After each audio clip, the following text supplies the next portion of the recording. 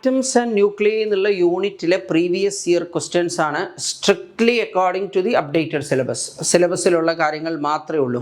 അപ്പോൾ ഈ ഒരു ലെവൽ ഓഫ് ക്വസ്റ്റ്യൻസ്, ഈ ടോപ്പിക്സിൽ നിന്നുള്ള ക്വസ്റ്റ്യൻസ് മാത്രമേ നിങ്ങൾ എക്സാമിന് expect ചെയ്യേണ്ടതുള്ളൂ. The radius of innermost orbit of hydrogen atom is 5.3 into 10 raised to minus 11 meter. What is the radius of third allowed orbit of hydrogen atom? അതിൽ നിങ്ങളിവിടെ എന്താണെന്നറിയോ, ഈ റേഡിയസിൻ്റെ അതുപോലത്തെ velocity of the electron in the nth orbit, ഇതൊക്കെ see how these quantities depend on n, the principal quantum number. അതാണ് ആ എക്സ്പ്രഷനിൽ n എവിടെയാണ് വരുന്നത്, എന്നിൻ്റെ പവർ എത്രയാണ്, അതാണ് നിങ്ങൾ അറിയേണ്ടത്. അപ്പോൾ ഇവിടെ Rn, radius of the nth orbit പറഞ്ഞാൽ A0n². ഓക്കെ, പ്രിൻസിപ്പൽ ക്വാണ്ടം നമ്പറിൻ്റെ സ്ക്വയറിന് പ്രപ്പോർഷണൽ ആണ്. What is the radius of third allowed orbit എന്നാ? അപ്പോൾ n=3 ആണ്. അപ്പോൾ ഇത് നമുക്ക് 0.53 × 9 വരും. ഓക്കെ, അപ്പോൾ എത്രയാ 4.77 ആങ്സ്ട്രംസ് വരും. Right. In hydrogen spectrum, the shortest wavelength in the Balmer series is lambda. The shortest wavelength in the bracket series. അതിൽ wavelength മിനിമം ആകുമ്പോൾ എനർജി മാക്സിമം ആവുന്ന. ഓക്കെ, അപ്പോൾ ആ shortest wave length in Balmer പറഞ്ഞു കഴിഞ്ഞാൽ സെക്കൻഡ് ലെവലിലോട്ടാണ് ഇലക്ട്രോൺ വരേണ്ടത് from infinity. അപ്പോഴാണ് maximum energy ഉണ്ടാവുക. പിന്നെ ബ്രാക്കറ്റ് എന്ന് പറഞ്ഞാൽ ഫോർത്ത് ലെവലിലേക്കാണ് വരേണ്ടത് ഫ്രം ഇൻഫിനിറ്റി. ഓക്കെ, അപ്പോഴെന്താ, അതാണ് ഷോർട്ടസ്റ്റ് വേവ് ലെങ്ത്, അതാണ് മാക്സിമം എനർജി ഉണ്ടാവുക. അപ്പോൾ നമുക്ക് 1/λ = R റിഡ്ബർഗ്സ് കോൺസ്റ്റൻറ്റ് ഇൻറ്റു 1/2² - 1/∞. ഓക്കെ, ഇൻഫിനിറ്റിയിൽ നിന്ന് സെക്കൻഡ് ലെവലിലേക്ക് വരുമ്പോൾ എമിറ്റ് ചെയ്യുന്ന ലൈനാണിത്. 1/λ' = R × 1/4² - 1/∞. അപ്പോൾ ഇവിടുന്ന് λ' = 4λ വരും. ഓക്കെ, അപ്പോൾ ഇതാണ് correct option. Next, let capital R1 be the radius of second stationary and R2 be the radius of fourth stationary. അതിൽ orbit of an electron in Bohr's model the ratio R1/R2. അതിൽ radius of the nth orbit that is equal to A0n². A0 is called Bohr's radius, അത് കോൺസ്റ്റൻ്റാണ്, 0.53 ആങ്സ്ട്രംസ്. അപ്പോൾ ഇവിടെ നമുക്കൊന്ന് പറയാം R1/R2 പറഞ്ഞാൽ n1/n2². Okay, അപ്പോൾ നമുക്ക് എന്ത് പറയാം, 2²/4² പറഞ്ഞു കഴിഞ്ഞാൽ 1/4 വരും. Or we can say 1:4. Right. Next, let T1 and T2 be the energy of an electron in the first and second excited states of hydrogen atom. First excited state പറഞ്ഞാൽ n=2, second excited state പറഞ്ഞാൽ n=3. According to Bohr's model of an atom, the ratio T1/T2 is. അതിൽ T1/T2 പറഞ്ഞു കഴിഞ്ഞാൽ നമുക്ക് എന്ത് പറയാം, n2/n1² വരും അല്ലേ, അല്ലെങ്കിൽ നമുക്ക് n2²/n1² പറയാം. Because energy proportional to 1/n² ആണ്. അപ്പോൾ നമുക്ക് C3²/2² പറഞ്ഞു കഴിഞ്ഞാൽ 9:4 വരും. 9:4. Next, the total energy of an electron in an atom in an orbit is -3.4 electron volt. It's kinetic and potential energy are respectively. അതിൽ ടോട്ടൽ എനർജി പറഞ്ഞാൽ negative of kinetic എനർജിയാണ്. Total energy negative ആവും, kinetic energy positive ആവും. ഇനി total energy പറഞ്ഞാൽ potential എനർജിയുടെ പകുതിയാണ്. അപ്പോൾ നമുക്ക് കൈനറ്റിക് എനർജി പറഞ്ഞാൽ negative of total energy, potential energy പറഞ്ഞാൽ twice total energy. Total energy -3.4 ആണ്. അപ്പോൾ കൈനറ്റിക് എനർജി അതിൻ്റെ നെഗറ്റീവ്, അതായത് 3.4. പൊട്ടൻഷ്യൽ എനർജി പറഞ്ഞാൽ അതിൻ്റെ ഡബിൾ, അതായത് -6.8. അപ്പോൾ കൈനറ്റിക് ആൻഡ് പൊട്ടൻഷ്യൽ അതായത് ഇത് വരും. Next, the ratio of kinetic energy to the total energy of an electron in Bohr orbit of hydrogen atom is. Kinetic energy positive ആണ്, ടോട്ടൽ എനർജി അത്രയും value തന്നെ നെഗറ്റീവ് ആണ്.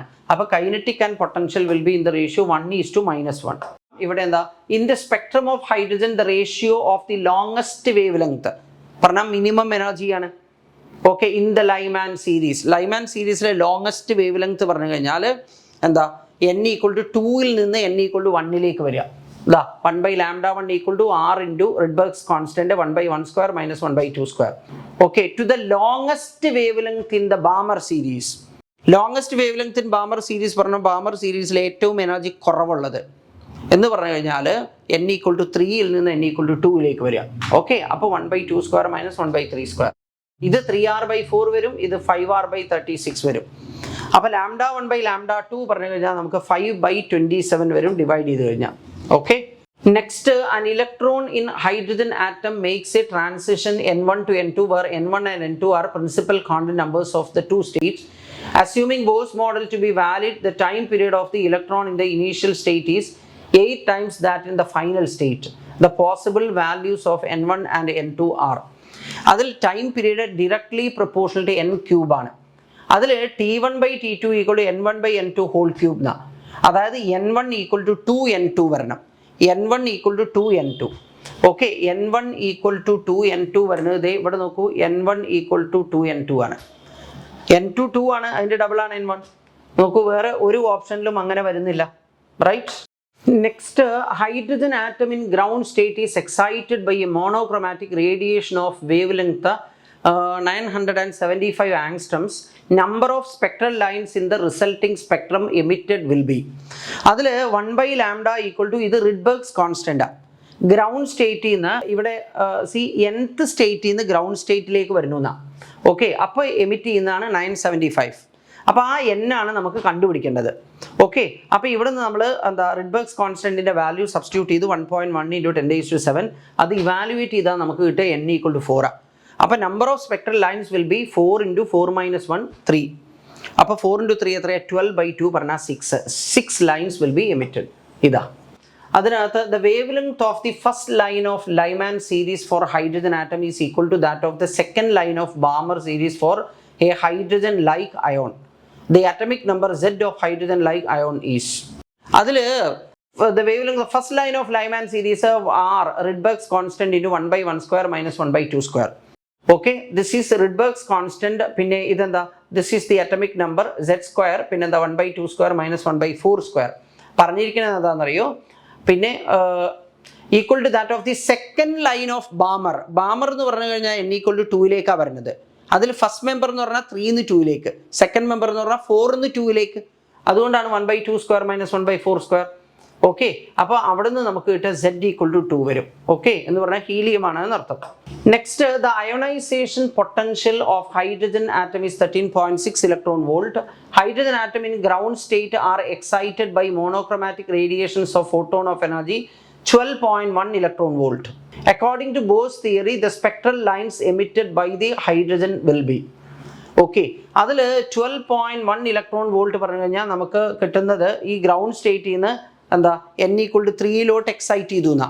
അപ്പം number of possible spectral lines പറഞ്ഞാൽ n × n-1/2 എന്നാ. Okay, അപ്പം എന്താ 3 × 3 - 1 / 2. അപ്പം എന്താ 3 ലൈൻസ്. ഓക്കെ, അപ്പം ആൻസർ 3 വരും, right? An electron changes its position from orbit n = 4 to orbit n = 2 of an atom. The wavelength of the emitted radiation is. അതിൽ 1/λ = r × 1/2² - 1/4². So this is 3r/16 വരും. അപ്പോൾ നമുക്ക് λ = 16/3r വരും. 16/3r പറഞ്ഞു കഴിഞ്ഞാൽ ഇതാ.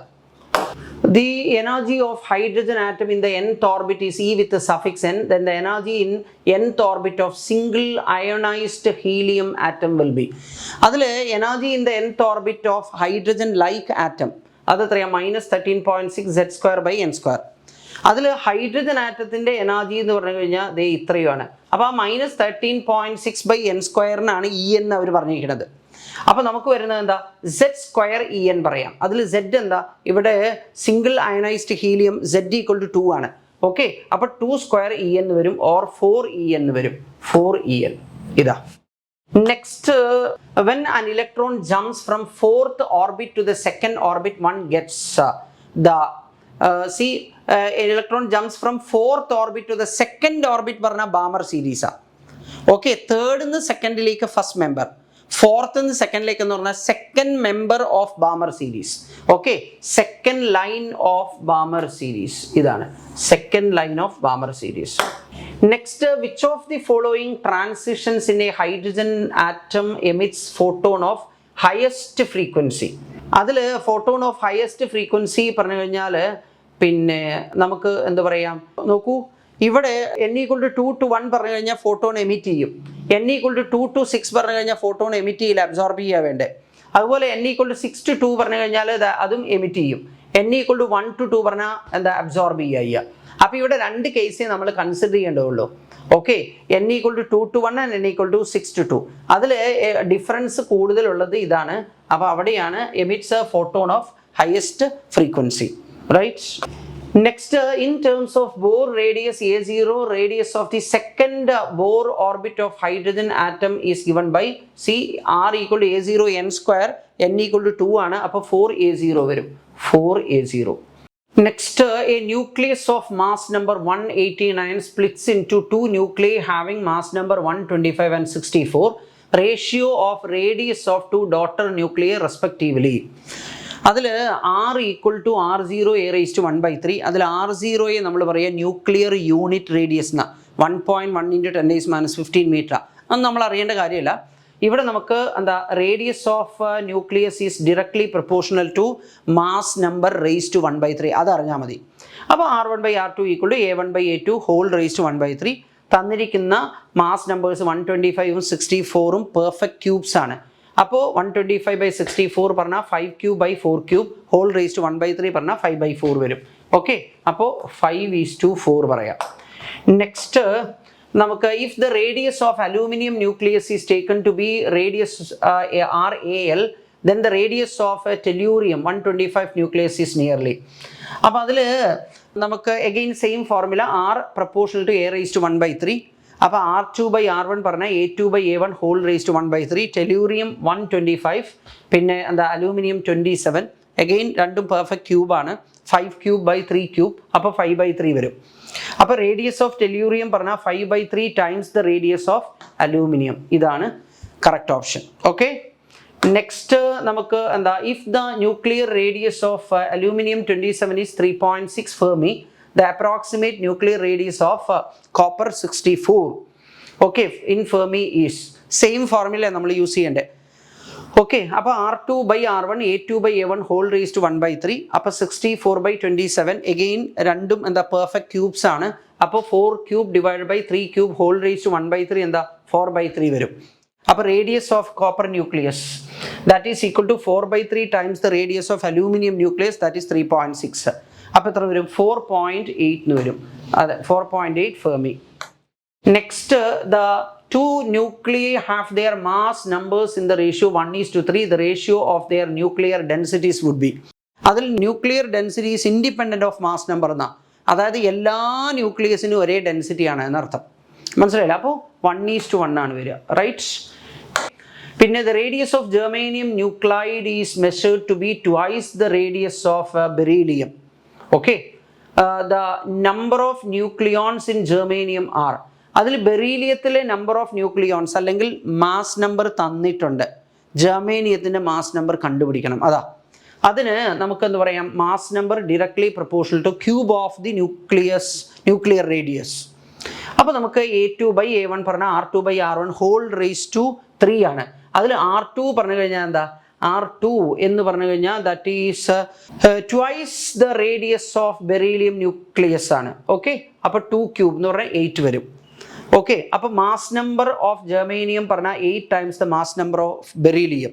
ഓക്കെ, ബെറീലിയത്തിൻ്റെ മാസ് നമ്പർ 9 ആണ്. 8 × 9 പറഞ്ഞാൽ 72 വരും. ഓക്കെ, ഇതാ. Next, a nucleus represented by the symbol XZA has എന്താ Z protons and A- Z neutrons എന്നാണ്. ഓക്കെ, അതായത് ഇത് വരും. Right. Next, atomic weight of boron is 10.81 and it has two isotopes boron 10 and boron 11. Then the ratio of boron 10 and boron 11 in nature would be. അതിൽ suppose നമ്മളൊരു boron sample എടുത്തു കഴിഞ്ഞാൽ അതിനകത്ത് boron 10 ഉള്ള എന്താ 10ൻ്റെ ഫ്രാക്ഷൻ.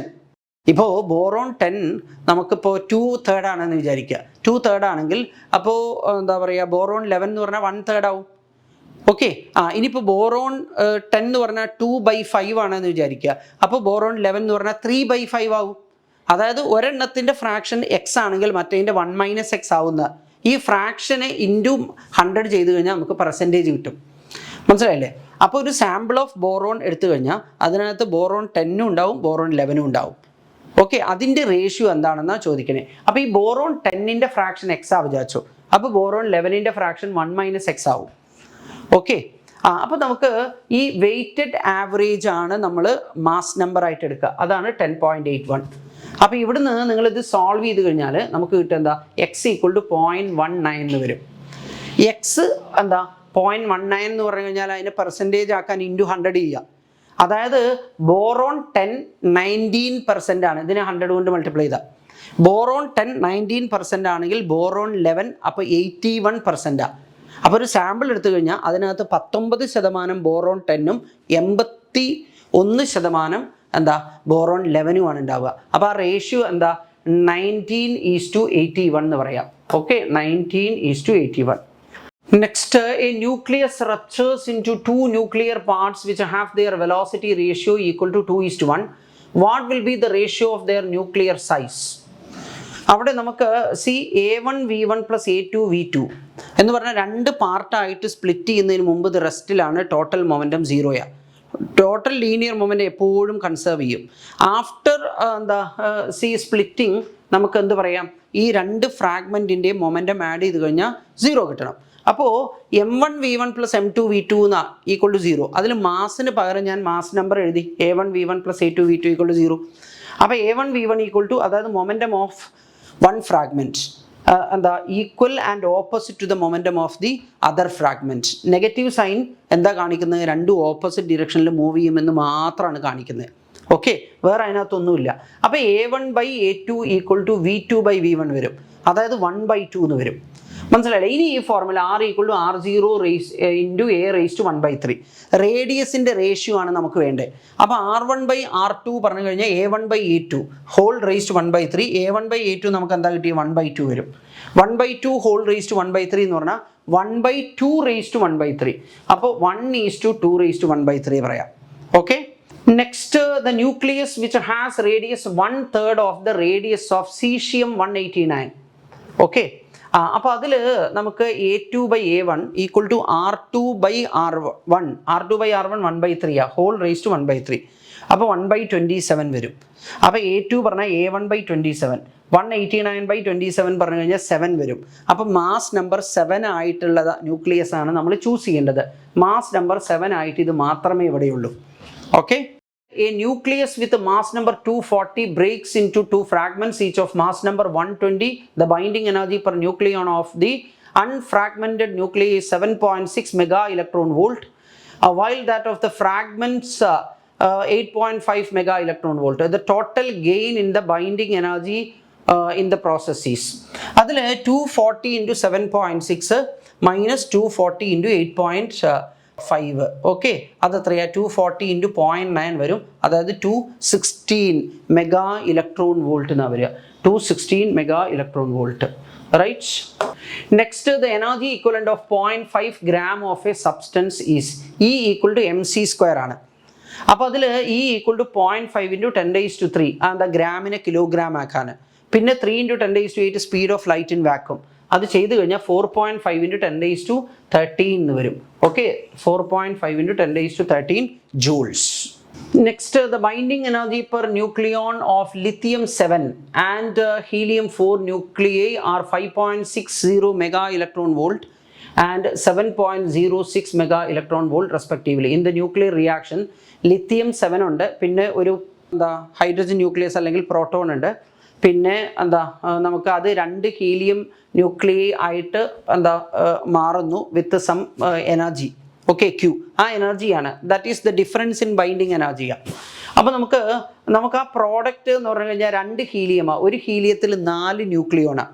ഒരു binding energy per nucleon 7.06. അങ്ങനെ 4 ന്യൂക്ലിയോണിൽ × 4 അങ്ങനത്തെ 2 ന്യൂക്ലിയൈ അപ്പോൾ × 2. ഇതാണ് പ്രോഡക്റ്റിൻ്റെ ബൈൻഡിങ് എനർജി. ഓക്കെ, പിന്നെ ഇനീഷ്യൽ ബൈൻഡിങ് എനർജി എത്രയാണ്, 7 ന്യൂക്ലിയോൺസ് ആണ്. ഓക്കെ, പിന്നെന്താ 5.6. പിന്നെ ഇതെന്താണെന്നറിയോ, ഇത് ഒരു എന്താ പ്രോട്ടോൺ മാത്രമാണ്. അപ്പോൾ അവിടെ ബൈൻഡ് ചെയ്യാനൊന്നും ഇല്ലല്ലോ. ഓക്കെ, അപ്പോൾ ഇതിന് മാത്രമേ ബൈൻഡിങ് എനർജി ഉണ്ടാവുള്ളൂ. അപ്പോൾ 7 × 5.6 അപ്പോൾ ആ ഡിഫറൻസ് ചെയ്ത് കഴിഞ്ഞാൽ 17.3 മെഗാ ഇലക്ട്രോൺ വോൾട്ട് വരും. ഓക്കെ, അപ്പോൾ ഇതാണ് ആൻസർ. നെക്സ്റ്റ് നമ്മൾ നോക്കുകയാണെങ്കിൽ സെറ്റൈൻ mass of hydrogen is changed to helium by the process of fusion. The mass defect in fusion reaction is 0.02866 AMU. അതിൽ 1 AMU പറഞ്ഞാൽ 931 മെഗാ ഇലക്ട്രോൺ വോൾട്ടാണ്. അതിവിടെ തന്നിട്ടുണ്ട്, മനസ്സിലായില്ല? അപ്പോൾ ആ മാസ് ഡിഫക്റ്റിന് കറസ്പോണ്ടിങ് ആയിട്ടുള്ള എനർജി എത്രയാണെന്നുള്ള ചോദ്യം മനസ്സിലാവുന്നില്ല. വെറുതെ അത് മൾട്ടിപ്ലൈ ചെയ്താൽ മതി. ഓക്കെ, അപ്പോൾ 26.7. ഇതെന്താണെന്നറിയോ, ഇതിപ്പോൾ 1000 ആണെങ്കിൽ നോക്കൂ, ഇത് എത്ര വരികയെന്നറിയോ, ഇത് 28 വരും. 1000 ഇല്ലല്ലോ, 931 ഉള്ളൂ. അപ്പോൾ 28-നേക്കാൾ അല്പം കുറവുള്ള ആൻസർ നിങ്ങൾ എടുത്താൽ മതി, മൾട്ടിപ്ലൈ ചെയ്യേണ്ട കാര്യമൊന്നുമില്ല. 28-നേക്കാൾ അല്പം കുറവെന്ന് പറഞ്ഞാൽ അത് മാത്രമേ ഉള്ളൂ, വേറില്ല. Next, the mass of lithium 7 nucleus is 0.042 AMU atomic mass unit, less than the sum of the masses of all its nucleons. The binding energy per nucleon of lithium 7 nucleus is nearly. അപ്പോൾ binding energy 0.042 AMU ആണ്. ഒരു AMU പറഞ്ഞാൽ 931 mega electron വോൾട്ടിന് ഇക്വലൻ്റാണ്. അപ്പോൾ 0.042 AMU പറഞ്ഞാൽ into 931. Okay, ഇത് 7 ന്യൂക്ലിയോൺസിനുള്ളതാണ്. അപ്പോൾ binding energy per nucleon പറഞ്ഞാൽ അതിനെ 7 കൊണ്ട് ഡിവൈഡ് ചെയ്യുക. അപ്പോൾ 0.042 ഡിവൈഡ് ബൈ 7 പറഞ്ഞാൽ 0.006 ഇൻറ്റു 931 പറഞ്ഞു കഴിഞ്ഞാൽ നമുക്ക് ഇതിപ്പോൾ എന്താണെന്നറിയോ, ഇത് നിങ്ങൾ ചെയ്യേണ്ട കാര്യമൊന്നുമില്ല. ഇത് 931 പറഞ്ഞാൽ അപ്രോക്സിമേറ്റ്ലി 1000 വിചാരിച്ചോ. 1000 ഇൻറ്റു 0.06 എന്ന് പറഞ്ഞാൽ 6 ഇത് 1000 അല്ല, 1000-നേക്കാൾ അല്പം കുറവാണ്. അപ്പോൾ ആൻസർ 6-നേക്കാൾ അല്പം കുറവാകും. ഓക്കെ, 6-നേക്കാൾ അല്പം കുറവായിട്ടുള്ള വാല്യൂ ആണ് ഈ കിടക്കുന്നത്, 5.6 mega electron volt. Okay, next, the binding energy per nucleon in deuterium and helium nuclei are 1.1 mega electron volt and 7 mega electron volt respectively when 2 deuterium nuclei fuse to form a helium nucleus, the energy released. Okay, ഇത് നമുക്ക് എന്താ 4 into 7, okay, minus നമുക്ക് എന്താ പറയാം 4 into 1.1. അപ്പോൾ ഇത് എത്രയാണ്, 28 minus 4.4 പറഞ്ഞാൽ 23.6 മെഗാ ഇലക്ട്രോൺ വോൾട്ട് വരും. Right, okay. ഇവിടെ mass, if capital M, A, Z, MP, MN denote the masses of the nucleus, പിന്നെ X, Z, A, proton and neutron respectively in units of AMU. Okay, then the binding energy BE represents binding energy in mega electron volt. Then അപ്പോൾ നമുക്ക് see ഇവിടെ എന്താ mass of this nucleus will be mass of protons plus mass of neutrons minus എന്താവും mass defect ആവും. അപ്പോൾ എന്താ see Z number of protons, A minus Z neutrons minus binding energy per binding energy by C square, അതാണ് mass defect. Okay, അപ്പോൾ ഈ first option correct ആണ് കേട്ടോ, mass defect. Right, C the binding energy of a deuteron is 2.2 mega electron volt and that of helium is 28 mega electron volt. Okay, if 2 deuterons are fused to form helium, then the energy released. Okay, അവിടെ നമുക്ക് എന്ത് പറയാം, see 28 minus 2 into 2.2, that is 23.6 വരും. Okay, 23.6. ഇത് ഹീലിയത്തിൻ്റെയാണ്. ഡ്യൂട്രോൺസ് 2 ഉണ്ടല്ലോ, അതിൽ ഓരോന്നിനും 2.2, അങ്ങനെ 2 4.4. Right, next in the reaction, okay, അതിൽ എന്താ നമുക്ക് H12 and H13 fuse together to get helium and a neutron. If the binding energies of H12, H13 and He24 respectively are A, B and C, then the energy in mega electron volt released will be, അതിൽ നമുക്ക് എന്താ C minus A minus B. Okay, അതായത് ഈ നമ്മളുടെ product ഉണ്ടല്ലോ അതിൻ്റെതാണ് C, അതിൽ നിന്ന് നമ്മളുടെ ഈ ഇനീഷ്യലി ഉള്ളത് നമ്മൾ സബ്ട്രാക്ട് ചെയ്താൽ മതി. അപ്പോൾ എന്താ C minus A minus B വരും. That is the energy released in the process.